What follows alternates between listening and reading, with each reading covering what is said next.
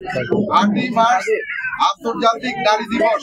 নারীর কথা আমরা মনে করেছি যে এই নারী দিবসটা আপনাদের কাছে বলা, নারীর অধিকার, নারীর অপ্রাপ্তি, নারীর কষ্ট, নারীর দুঃখ, এইগুলি নিয়ে এই দিবসটা পালন হয়।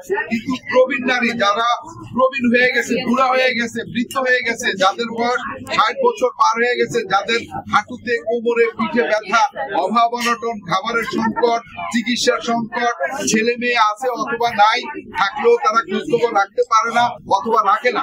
যাই হোক, আমরা যারা প্রবীণ মানুষ আছি, আমরা প্রবীণ মানুষের কাছে আমরা গিয়েছিলাম, আমরা তাদেরকে বলেছি আন্তর্জাতিক এই নারী দিবসটা আমরা এই কল্যাণপুর এই পোড়া বস্তিতে প্রবীণ নারী, বস্তিবাসী প্রবীণ নারীর কাছে আমরা কিছু উপহার সামগ্রী আপনাদের জন্য নিয়ে আসছি।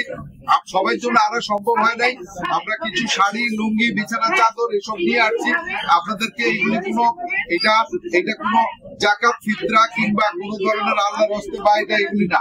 আমরা আপনাদের উপহারে আমরা যেটা পরতে পারবো, যে শাড়ি পরতে পারি সেটাই আপনাদের জন্য আনছি, যে লুঙ্গিটা আমরা পরতে পারবো সেটাই আপনাদের জন্য আছে। আমরা শুধু আপনাদের কাছে বলতে আসছি যে আপনাদের দুঃখ ব্যথা আমরা সমাধান করার মতো ক্ষমতা আমাদের নাই, কিন্তু আপনাদের দুঃখ ব্যথা বেদনার কাছে আমরা আসছি, আমরা আপনাদের পাশে দাঁড়াবো, আমরা এখানে আসি, আমরা আপনাদের সাথে থাকবো।